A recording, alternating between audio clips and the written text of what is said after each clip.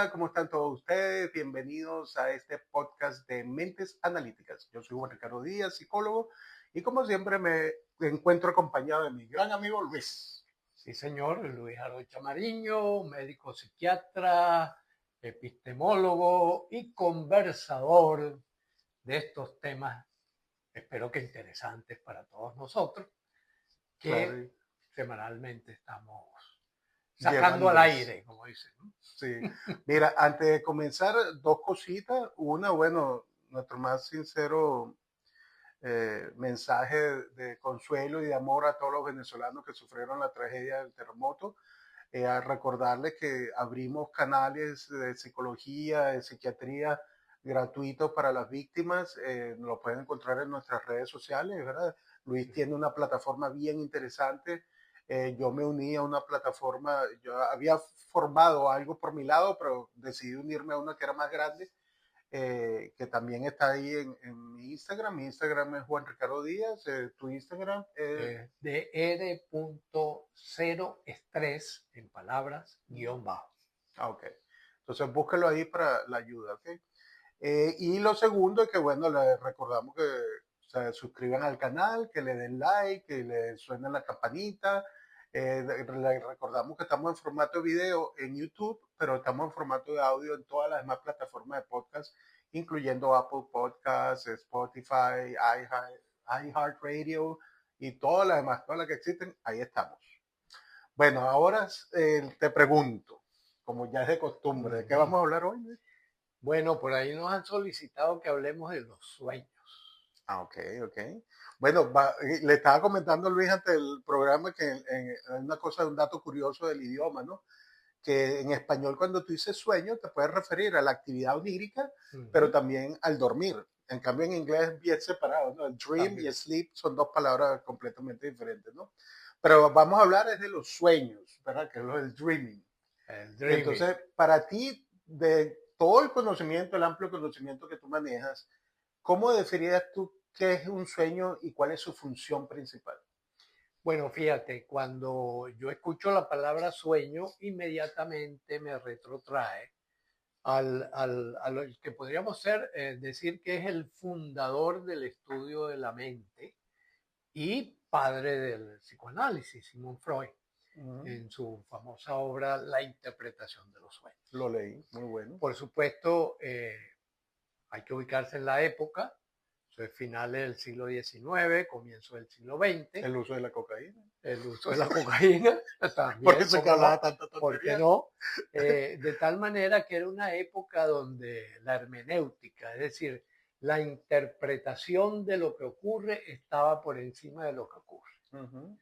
Entonces, bueno, ahí pudiéramos, no sé si Jorge Luis Borges, el gran poeta argentino, diría de la obra de Freud que es una hermosa pieza de literatura fantástica, ¿no? Pero lo cierto es que, bueno, sí, hay que reconocer que Sigmund Freud hizo un intento importante por tratar de entender qué es eso que pasa en ¿No? el Y como sueño, buen médico e en el investigador, ensoñar. a él le llamó mucho la atención esa Claro, actividad y bueno, y creo que se la transmitió a Carl Jung, que también trabajó con los sueños, exacto. y cosas interesantísimas. Pero fíjate, de la investigación que yo hice para este programa de hoy, encontré cosas bien curiosas, ¿no? O sea, primero que hay muchas tendencias. Hasta el sol de hoy no se sabe realmente el propósito, o sea, no es que está demostrado científicamente, uno sueña por esto. No, hay cierta corriente, ¿no? Entonces, por ejemplo, desde el punto de vista neurobiológico, se dice, no, bueno, que antes se tenía creído que cuando tú pasas a la fase de movimiento ocular rápido, Ujú. es cuando genera los sueños, pero se ve que hay personas que se le daña, creo que es el hipotálamo, y no entran en REM, Rapid Eye Movement en inglés.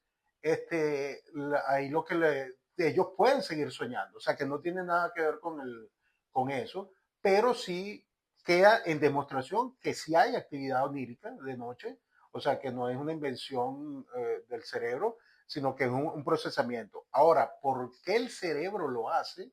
Bueno, y la mente, Sí, eso se abre a todo tipo de conjeturas, ¿no? claro, claro. De hecho, fíjate algo interesante, importante.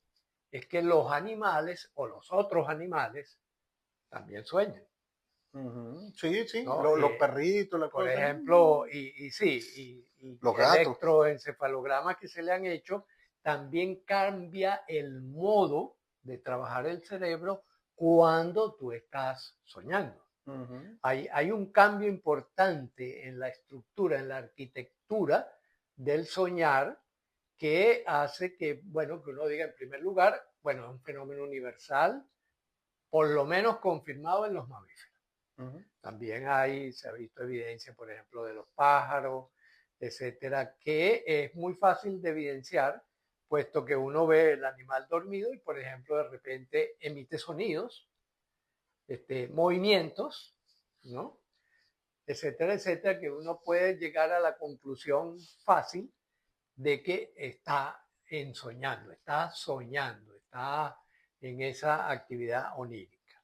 Ahora, otra cosa, ahí podemos entonces hacer como un análisis de tipo semiótico. Podemos decir, bueno, en soñar o soñar, hay en primer lugar una sintaxis, es decir, hay una organización de lo que está pasando allí. En segundo lugar, hay una semántica, es decir, es la lectura, lo que hizo Freud fundamentalmente, que es qué me quiere decir esta historia que yo estoy inventando, que yo estoy creando en un momento en el cual tengo bloqueada la conciencia, en que en la actividad podríamos entonces hablar de aquella división que él estableció, que fue muy inteligente, ¿verdad? En que hay un aspecto consciente y hay un aspecto inconsciente Mm, que está trabajando en paralelo, ¿no? Que después posteriormente, disculpa, posteriormente queda más esclarecido con los trabajos de Perry y de Gazzaniga, cuando se establecen distinciones funcionales entre hemisferio izquierdo y hemisferio derecho. ujú. De tal manera que hemos ido penetrando en los misterios de lo que está tanto desde el punto de vista bioquímico como desde el punto de vista fisiológico, como desde el punto de vista interpretativo, semántico, ¿no? Sí, y sabes que ahorita que estás mencionando eso, me parece interesantísimo el análisis desde el punto de vista de lo que yo hago del entrenamiento cerebral, ¿no? Porque de esto, de la actividad eléctrica, se entiende una cosa interesantísima del sueño. Tu corteza cerebral, que es la parte más externa, Uh la -huh. capa más externa del cerebro, vamos a decir, no que se apaga, porque eso no se apaga, siempre están dando, pero reduce la potencia, la velocidad, y entonces entra en un letardo que inclusive te desconecta con la realidad, ¿no? Pero el sistema límbico interno, que es el cerebro primitivo, eso nunca se apaga y sigue Eso se funcionando. activa, más bien se Y activa más, se ¿no? activa sobre todo con el REM. Y Claro. entonces lo curioso, el lenguaje del cerebro es visual, es la corteza visual en el occipital, ¿verdad? Y entonces por eso los sueños se ven, es como una película. A veces tú lo ves como que si tú Uh eres la -huh. cámara y a veces tú eres parte de eso, ¿no? Pero es más visual que otra cosa y a veces puedes escuchar sonidos, voces, cosas y a veces solamente como una película muda, ¿no? Y a Sí. veces lo puedes recordar en colores y a veces en blanco y negro, depende, ¿no? Pero una cosa curiosa que antes, y aquí esto es una pregunta para ti, Luis, porque no sé si tú dominaste esa información, creo que era la corriente justamente de Sigmund Freud, que se tenía creído según el psicoanálisis, que cuando las personas decían que no podían recordar sus sueños, pero de manera Ajá. prolongada, Uh -huh. es porque estaban reprimiendo las emociones. Y Exacto. después eso se quitó, ¿no? Sí. Pero te digo algo, con neurofeedback, cuando tú le manejas los lóbulos temporales y todo eso, o sea, como que le destapas un poco, yo le digo que le quitas el tapón, la válvula a la olla de presión, las personas que no soñaban, perdón, empiezan a recordar los sueños. Y yo, coño, ¿será que Freud tenía razón con eso? Es probable porque acuérdate, Freud desarrolla toda una teoría Mm, hermenéutica, interpretativa, de cuál es la funcionalidad del inconsciente y cuál es la funcionalidad del consciente, ¿no? De hecho, en su segunda topología, como lo llaman, él sustituye aquel primer programa de consciente, subconsciente, inconsciente por ello, yo, super yo, ujú, asignándole al super yo la función de vigilancia para reprimir las fuerzas inconscientes, es decir, los instintos, ujú, reprimir los instintos para que tú puedas socialmente vivir Y adecuadamente. Es funcionaron. como, por ejemplo, un exhibicionista, perdón, un exhibicionista, ¿no? Una persona que, por ejemplo, se desnuda en público, es, Que por ahí sale un artista venezolano, bueno, por cierto, ¿verdad? pero no, no, Pero pues yo no, lo no, quiero mucho, no, así no, que no, no, no, no, sí, digo, no. claro, por Ojalá sea supuesto, mentira. ¿no? Ojalá, bueno, parece que no es mentira, pero ojalá que pueda superar, porque puede ser precisamente un impulso que no puede controlar, en donde es atrapado por esa fuerza que Freud describe como líbido, que es la fuerza de los Erótica, del instintos, Eros. ¿verdad? Él habló de Eros y Tanato después, posteriormente, en la medida que fue envejeciendo, como un impulso fundamental, un impulso en la naturaleza, al lado del hambre, la sed, esas cosas que nos permiten la sobrevivencia. Yo le digo a las personas, mire, esos impulsos están instalados en nuestro organismo para que no se nos olvide sobrevivir. Porque si de repente uno no sintiera hambre, no comería. Bueno, Entonces, el fíjate una cosa hambre curiosa. te permite tú Lo, activar el recurso de necesito energía externa Ujú. para poderme sostener, porque es una ley de la naturaleza. La energía, los seres vivos, vivimos de la energía externa que va entrando en nuestro cuerpo y que nosotros somos capaces de procesar. Mira, yo he escuchado, y tú me lo vas a decir como psiquiatra, si es cierto, porque yo no la atendido en mi caso, pero personas con Alzheimer que se les olvida si comieron o no comieron, entonces hay unos que comen mucho y otros que no comen nada, Exacto. pero por olvido. Eso es Por interesantísimo. olvido. Y por eso es que dependiendo de cómo tengan instalado, por ejemplo, el apetito, va a comer o no va a comer. Bueno, y ahorita que Entonces, estamos hablando de memoria y cosas de esas, yo traté de hacer un esquema mental de las posibles razones del motivo del sueño, porque el cerebro produce el sueño. La primera es un factor biológico, digámoslo así, que yo creo que es un acto biológico automático, es como un reflejo del cerebro, como no para, el cerebro no para, dice, bueno, tengo que hacer algo. cambia el modo. Sí, pero se activa, ¿no? Fíjate que de hecho ya se ha demostrado que, por ejemplo, nosotros crecemos, nuestro metabolismo entra en la máxima expresión de sus funciones durante el dormir. Y al parecer el sueño o el ensueño forma parte de ese proceso, digamos, de reparación, y así lo establecen, por ejemplo, en la medicina china, que es el proceso de mantenimiento y reparación que necesita el organismo como cualquier proceso, ¿no? No, y fíjate, nombrando justamente eso, es la segunda parte que se cree que es para la consolidación de la memoria y el aprendizaje. Que también está demostrado, por ejemplo, Ujú. como que durante el sueño, y probablemente dentro del ensueño también, es la forma como dices tú, como se pasa la información Consciente o inconsciente. ¿cómo es que se llama? De la memoria de trabajo, pasa a la memoria de disco duro. Sí, ¿No? Es sí. como la experiencia que nosotros vivimos durante el día, la comparamos en esta hipótesis, en esta teoría, la comparamos con la memoria RAM. Es la memoria que tú tienes activa cuando estás trabajando. Pero que entonces cuando tú duermes, es que esa memoria RAM baja al disco duro y se consolida ahí. Y es lo que llamamos memoria. ¿Verdad? La memoria de largo plazo, de mediano plazo, que hace que yo me acuerde de X, Y o Z. Sí, Y sí. que además es lo que me permite también la sobrevivencia. Porque si no tuviera ese mecanismo, yo tendría que aprender a cada momento lo que estoy haciendo. Sería Y, y, insostenible la vida. y fíjate, y siguiendo un poco los lineamientos del mismo Freud y de Jung, yo pienso que el sueño tiene mucho que ver también con la regulación emocional.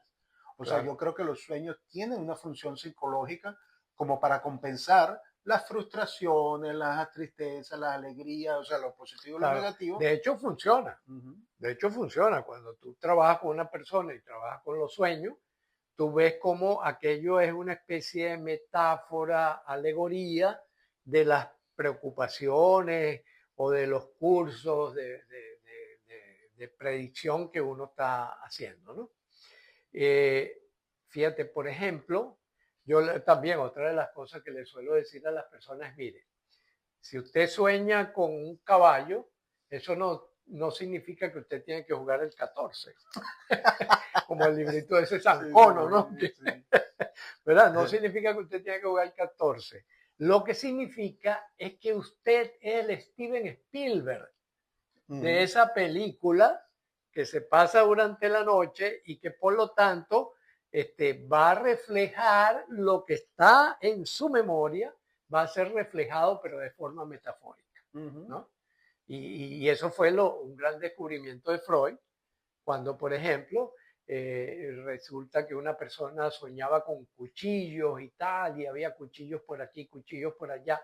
Y entonces cuando Freud empieza a interrogarlo, a hacerle coaching, que es lo que empieza a hacer Freud, preguntaba, la persona de repente cambiaba del cuchillo a hablar del padre y de la envidia del pene, por ejemplo, que parecía una cosa absurda, pero Freud sigue esa ruta y elabora una teoría alrededor de la libido y alrededor de lo sexual. Sí, lo que pasa es que yo eso lo desestimo un poco, con mucho respeto hacia Freud, porque Sí, él tenía claro, su propio problema por, por, sexual, por ¿no? eso te digo que hay que ubicarse en el contexto. Sí, sí. Es un contexto Porque histórico él muy todo era particular. fálico o vaginal. Claro, Entonces, coño, ajá. ¿por qué? Porque era una época en donde había por una parte un libertinaje en aquellos que socialmente podían hacerlo y por otra parte una enorme represión para el resto de la población Mm, y represión de orden sexual. sí, sí. Entonces, por Bueno, que la supuesto, sigue habiendo. sobre todo las pacientes empiezan a reportarle a Freud, bueno, en sueños donde empieza a aparecer el contenido sexual. Bueno, la histeria, el Recuerda, concepto ¿te de histeria. acuerdas? Claro, Ana O, el Ah, famoso caso, que le sirve a él como de modelo para elaborar una teoría. Ahora, ¿dónde estuvo la falla? Vamos a llamarlo así, porque era una metodología propia de la época. La falla de Freud es que él se basa en un grupito de casos, además en ese contexto, para hacer una teoría de orden universal. Ahí ujú. fue donde Freud falla, Sí. pero falla porque, bueno, la epistemología de la época era esa, ¿no? No, y hay cosas que tú puedes agarrar de ahí que son muy útiles. No, no todo. Claro, claro, Sí. pero ahora con los nuevos desarrollos yo creo que se ha abierto el espectro y se ha abandonado esa idea de que de la libido sexual, aunque todavía yo tengo amigos, grandes amigos psicoanalistas ortodoxos que siguen practicando ese tipo de análisis, ¿no? Sí, Bueno, yo digo, bueno, ¿cómo es el apellido? Un psiquiatra venezolano. Pedro, Ajá. no vamos a involucrar aquí Sí, amigos, por favor. no, no, no, no, sí. No, no, pero que él es muy freudiano, no, Claro, junguiano, él es junguiano. Y tiene un exacto. ¿Qué es approach. lo que hace Jung? Jung se da cuenta de que hay fenómenos universales, efectivamente, que le llaman la atención y que son muy simbólicos, que son representaciones simbólicas y lo extiende a una propiedad universal de la especie, ¿no? Que es lo que llamó arquetipos. Porque al compararlo con, por ejemplo, con la mitología griega, se va dando cuenta que te están echando la misma historia cambiando los personajes, Ujú. ¿no? Bueno, pero es Que es un que impulso. es una genialidad de Jung para mí. Sí, sí, claro, Y se lo claro. debe al viaje ese que hizo para allá, para la India y para Da un Grecia. gran aporte en ese sentido. Ahora, yo, por ejemplo, le explico a la gente al día de hoy, bueno, mire, lo que Jung llamaba arquetipo, ahora lo llamamos genética. No, pero no solo eso, es que, fíjate, la idea viene algo bien interesante con los sueños. Los sueños son metáforas. Y ese, yo creo que el lenguaje de la mente es no solo las imágenes, pero las imágenes metafóricas. O sea, Imágenes son metafóricas. representaciones de Son cosas. representa otra Sí, situación. bueno, fíjate, por Claro. eso Eric Erickson fue un genio de la hipnosis y todo eso, porque usaba muchísimas metáforas. O sea, le hablaba en su idioma al cerebro. Qué belleza, ¿no? Sí. Exactamente. De hecho, es una de las técnicas terapéuticas más efectivas. Cuando uno trabaja con metáforas, por ejemplo, Mm, hay muchos casos donde yo le pregunto a la persona, ¿a qué se parece eso? mm, Que, por ejemplo, los trabajos de White y no me acuerdo ahorita, no me viene el nombre de este otro, que son unos australianos y neozelandeses. O sea, aquí el de los apellidos era tuyo, no me sé ni uno. Sí, ahorita se me escapó, pero que ellos lo que hacen es interrogar a la persona en función de metáforas, ¿no? ¿A qué se parece? ¿Y eso a qué se parece? ¿Y eso a qué se parece? ¿No? Y así van escalando hasta que la persona hace un insight metafórico y siente un gran alivio sobre el problema que tiene. Entonces, por ejemplo, cuando me dicen, bueno, es que yo anoche soñé que estaba en un lugar, un sueño muy corriente, hay deslaves, hay desbordamiento de ríos, soñar con, por ejemplo, con agua es muy frecuente, ¿no? Entonces, bueno, ¿y eso a qué se te parece? Bueno, eso me parece que tiene que ver con, por ejemplo, los conflictos que ocurren, las guerras. Ajá, ¿y eso a qué se te parece? Acercándolo a la familiaridad, porque, por lo que tú dices, pues el protagonista, el director, el guionista, hasta el fotolito, pues, de la película es uno mismo. Fíjate una cosa. En forma metafórica. Entonces, un poco para completar la idea, por lo tanto, se termina cumpliendo aquello que decía Wittgenstein, ¿no? Mi mundo es el tamaño de mi lenguaje. Es decir, lo que yo tengo escrito como contenidos de mi experiencia que voy viviendo es el referente con el cual yo me muevo en el mundo.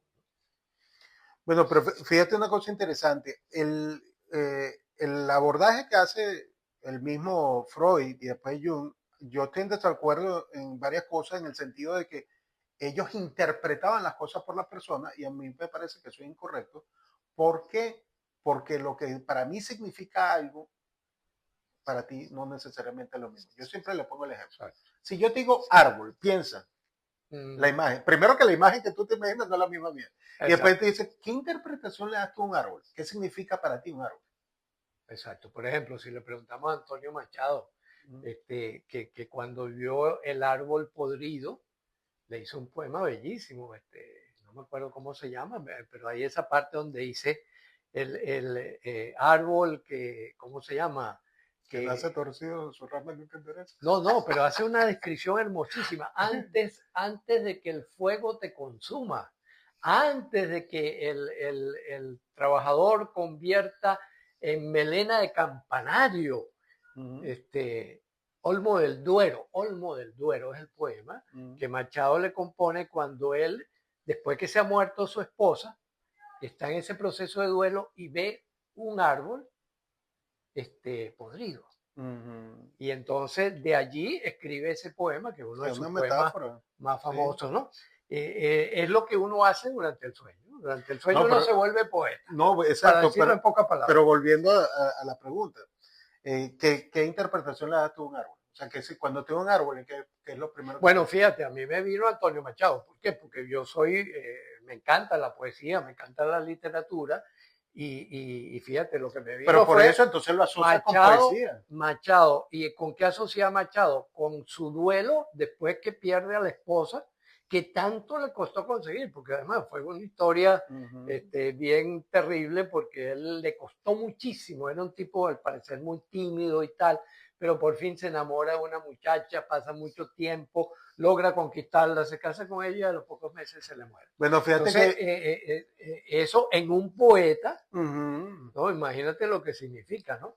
Y entonces cuando se encuentra con el árbol podrido, a la semana, a los meses de muerta la muchacha, él se queda impresionado y compone ese poema. Entonces, por lo tanto, fíjate qué conexión hice yo. Árbol, Antonio Machado, duelo, dolor, ¿verdad? La pérdida que significa un querido, y ahora me está viniendo mi abuela, por ejemplo, ¿no? Fíjate. Entonces, bueno, ese pero camino, tú te pasaste, porque ese camino es significado. Normalmente un significado así, te lo pongo. Claro, para mí, la cadena es significante de Lacan. No, pero fíjate, exacto. Pero, que es otro psicoanalista bien interesante que también se suma, aparte de Freud, sigue el camino de Freud, viene Jung. Bueno, Lacan es concomitante con Jung ahí, ¿no?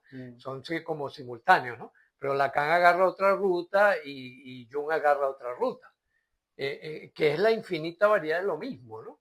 O sea, cómo se habla en redes de significado cuando nosotros estamos, y es lo que nos pasa en el sueño. En el sueño nosotros abrimos nuestra red de significado en función de la particularidad que le damos al asunto. Sí, pero fíjate, te hago la aclaratoria y hay que mantenerlo lo más simple posible porque le quiero regalar a la gente una técnica que yo uso para interpretación de sueños. Dale. Que es que primero tienes que tener una libreta, un lápiz, un bolígrafo al lado de tu cama, en tu mesita de noche, porque apenas te despiertes, generalmente es más fácil recordar el sueño en ese momento, cuando abres los ojos. Y apenas te anotas el sueño tal como lo recuerdes. Sobre todo los elementos más característicos, como tú dijiste, un deslave, agua, terreno, pues, quiénes son las personas, y lo vas anotando, ¿no? Tratas de narrar el cuento del sueño. Luego, con más tiempo, si empiezas a separar los elementos, deslave, agua, persona, no sé qué más. Y entonces al lado de cada palabra, tú le vas a poner tu interpretación, qué significa para ti cada una de esas palabras, en una sola palabra. Entonces, tac, tac, tac. Y luego unes toda esa torre de interpretaciones y armas otro cuento nuevo usando esas palabras. Y supuestamente así vas a tener la interpretación de tu propio sueño con tus propias creencias. Oye, me gusta esa, porque ahí lo particulariza, porque sí, particularizamos las experiencias. Claro. Y cada quien, pues, por supuesto, le da ese toque Bueno, lo que estamos maravilloso. hablando ahorita, de la percepción, o sea, cada quien lo ve a su manera, Claro. según su punto de vista, ¿no? Entonces yo creo que los sueños también son así. Sí, sí, por supuesto. Claro, si nos vamos para el ramo espiritual, yo no sé lo que hayan tenido la oportunidad de leer la Biblia, se dan cuenta que en el Antiguo Testamento y en el Nuevo, en ambos, hablan de los sueños muchísimo. Claro. Y ellos lo interpretan a su manera porque dicen que es inspirado por Dios. Entonces hay sueños proféticos, por ejemplo. ¿Te acuerdas cuando, cuál fue? Daniel era uno de los interpretadores de sueños, José, cuando lo agarra el faraón y todo eso, y interpreta los sueños y dice que la inspiración no era de José, era supuestamente viene de Dios. Y le dice, no, eso significa esto, esto y esto. Ajá, ¿cómo se la, no, cómo se la, el sueño que tiene José frente a María cuando sale embarazada, fue un sueño y todo, entonces todo tiene que ver, y entonces lo que te está diciendo, hace más de 2000 años, ya las personas, la humanidad manejaba el concepto del sueño y le rendía honor, pues, al contenido. Es como diciéndote, mira, soñar es importante, porque ahí se te pueden ver. Yo creo que es que te conectas con otros niveles y otras cosas y se pueden dar experiencias espirituales. Y no hemos mencionado, por ejemplo, el soñar despiertos, que es lo que llamamos meditación, introspección, intuición, todo ese montón de cosas. Y me hiciste acuerdo de otro hecho importante de por qué se da ese fenómeno de diferencia entre el consciente y estos aspectos que hemos llamado, o que Freud llamó inicialmente, inconsciente, que es que el hemisferio izquierdo trabaja a una frecuencia de 40 bytes por segundo. El hemisferio derecho trabaja a 400 gigabytes por segundo. Entonces, ese desfasaje es una experiencia bien interesante de cómo las personas pueden estar procesando algo a nivel inconsciente que se libera durante el sueño o durante la ensoñación y la actividad consciente. Fíjate, donde uno lo ve en forma, yo te diría, patética, es por ejemplo cuando aplicamos el NEVA, la neuroestimulación bilateral alterna, que es una belleza de técnica y muy sencilla, donde la persona entonces siente que algo está pasando, no tiene claro qué es lo que está pasando, pero algo está pasando. Y después eso se traduce en alivio y se traduce en cambios conductuales, que es lo interesante. Yo añadiría a esa técnica tuya que cuando la persona vaya escribiendo la asociación que hace, calibre con el corazón, calibre con lo que siente, si ese es el término adecuado. Eso está bueno. Porque eso le daría la conexión entre lo que es el pensar y lo que es el sentir.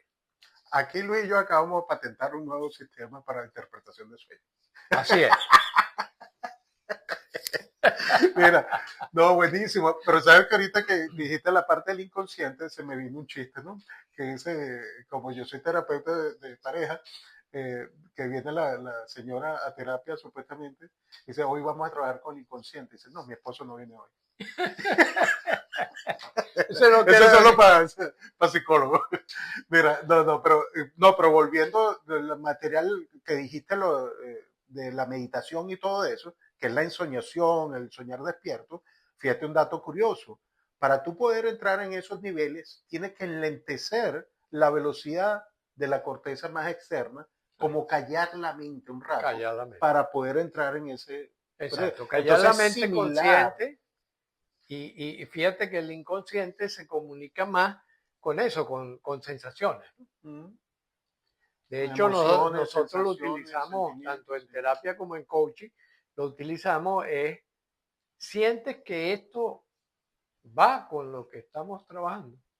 Entonces, la persona, yo les pido siempre que vayan acompañando lo que vamos interpretando con lo que van sintiendo, Mira, para el gut abordarlo. feeling, qué Sí, interesante eso es eso. es lo que llamamos el insight, cuando se prende el bombillito, porque ping es una sensación que tú experimentas. No, pero fíjate, los americanos dicen gut feeling, gut son como las Ah, tripas. exacto, Eso, porque y eso es el intuición. gut feeling. Esa es la intuición Sí, que dice, esto sí, esto me cuadra. No significa que sea verdad o mentira, ojo, sino que te cuadra. Me cuadra, encaja en lo se que yo siente bien. tengo profundamente, exacto, lo que yo tengo instalado en mi lenguaje, como diría Wittgenstein, esto que estamos proponiendo encaja. Y al encajar, lo que nosotros llamamos la pesa, pensamiento, emociones, sentimientos y acciones, se hacen coherentes Mm, y por lo tanto es un solo vector, una sola fuerza que nos da la sensación de plenitud y nos da la sensación de energía y nos da la sensación de flujo, de sí. fluir. Bueno, espero que les haya gustado mucho este tema de hoy que nos los pidieron y bueno, la persona que nos los pidió, que ya sabe quién es, espero que te haya gustado mucho, lo hicimos con mucho cariño y mucho amor. Seguimos abiertos a otras peticiones, si quieren que hablemos de un tema así como el de hoy, por favor escríbanos y nos dicen, nos dejan saber y con mucho gusto se lo desarrollaremos. ¿Okay? Entonces, por ahora yo me despido como siempre, saludos y bendiciones para todos. Y yo con un abrazo y seguimos. Hasta luego.